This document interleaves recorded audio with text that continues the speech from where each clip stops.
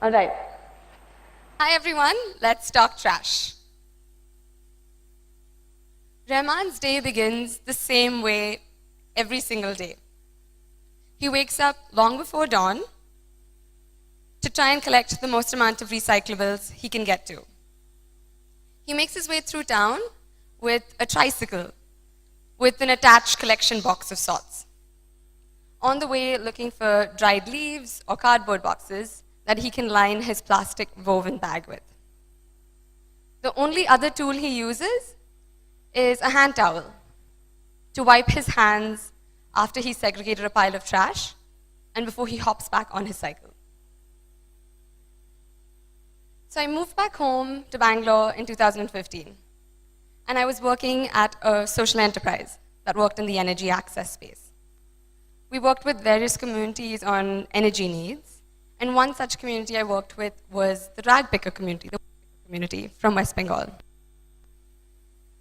And what confronted me the most was the social justice issues associated with that trash problem. Rahman, along with others, spend all of their days segregating broken glass, diapers, needles, sanitary napkins, all with their naked hand. So far, I was looking at our trash problem from an environmental perspective and from a health perspective, putting on my Cambridge WHO lenses. But for the first time, moving back home, I started looking at our trash problem as a social justice issue. Did you know that India continues to get clinical waste, electronic waste, and all sorts of ash and mercury from incinerators from other Western countries? And then here in India, we disproportionately dispose all of this trash in low-income communities. By doing so, are we saying it's okay to put trash in someone else's backyard? Are some lives worth less than others? Overwhelmed by our trash problem, I decided I needed to be part of the solution. My solution was to live a lifestyle that best aligns with my values. I wanted to live a lifestyle congruent to the things I said I cared about. I'm Sahar Mansoor, and this is all the trash I have produced in the past 2.5 years.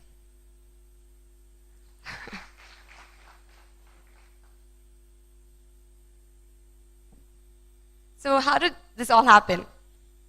Growing up, I spent weekends in the park with my dad and 2 big sisters, climbing trees and mostly falling off of them. And my love for nature was fostered at a pretty early age. Having lost my dad when I was a little girl, being in nature continued to be one of those ways that I remembered him. And then when I moved to college, I started identifying myself as an environmentalist. I took a class called World Religions and Ecology, where I watched a video of Bear Johnson, who was leading a zero-waste lifestyle with her family. I remember just being completely amazed, just so inspired, but thinking I could never do this. I'm a college student, I have 3 jobs, I just don't have the time or the resources to live this lifestyle. Nevertheless, this class was a turning point in my environmental journey and just left me with a feeling of wanting to learn more. So I walked into my dean's office and I said, "Dean Saleza, you don't have the major I want." And he looked at me, he smiled and said, "Sit down, we're about to create one." So I was really lucky that I got to take these amazing courses in environmental ethics, environmental engineering, policy. So zero waste. That sounds like a pretty crazy concept, right? Let me break it down for you. It's essentially a lifestyle that is rooted in a cradle-to-cradle philosophy. Zero waste is one that reimagines the design of resources.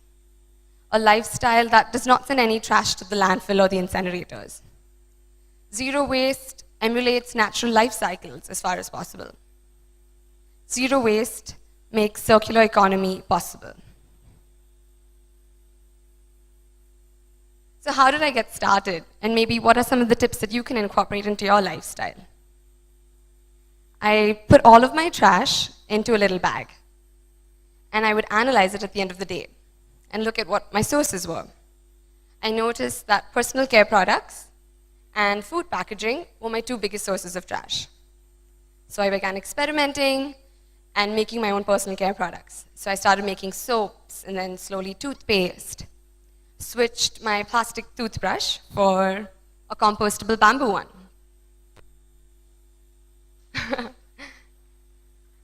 I started shopping package-free for all of my groceries. Started carrying a little container in my little backpack. So in case I got hungry and wanted pani puri on the street, I could just put it in my own container without contributing to any waste that would go to the landfill.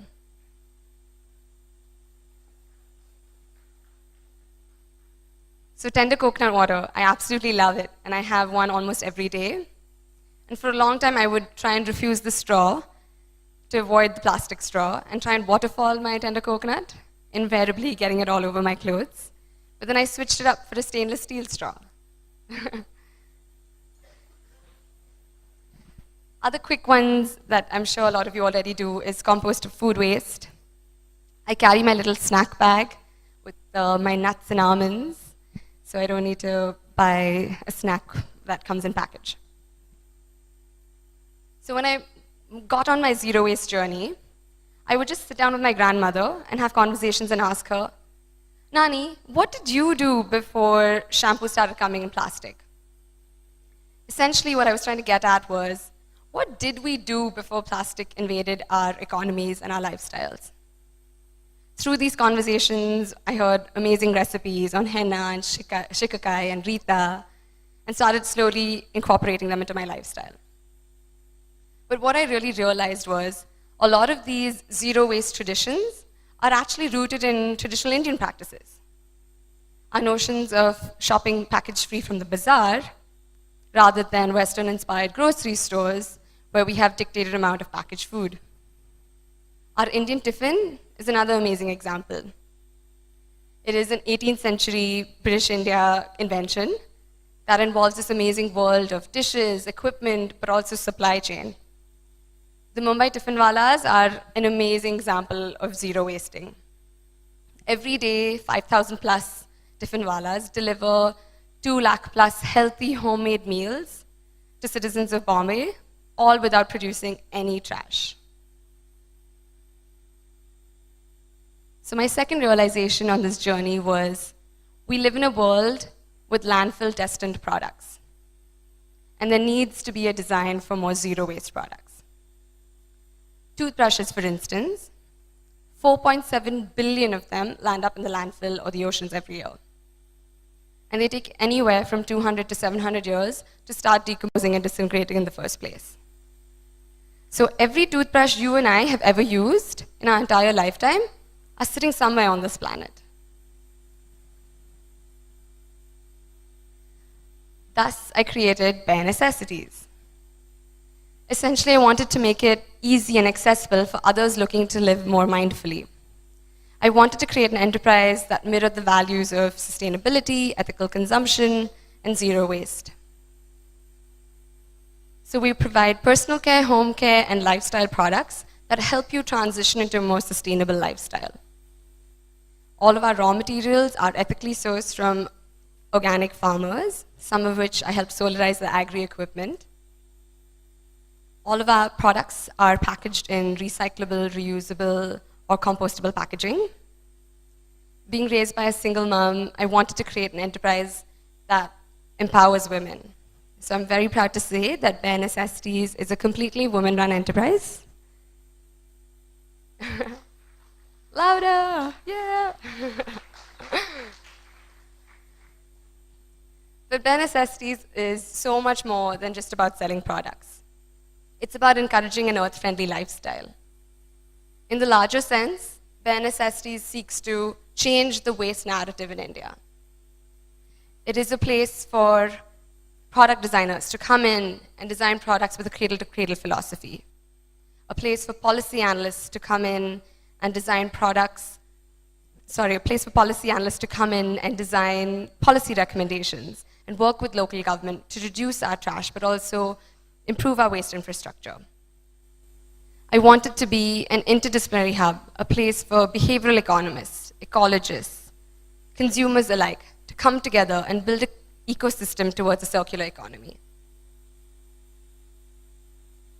I want to leave you here with a few thoughts. Can we reimagine a world where we don't produce any trash in the first place? Can we reimagine a world where we reinvent our waste problem, come up with solutions? It's not so radical, it's not so crazy. Your grandmother, your nani, your ai, your aji, they were all probably zero wasters. Thank you so much for this opportunity.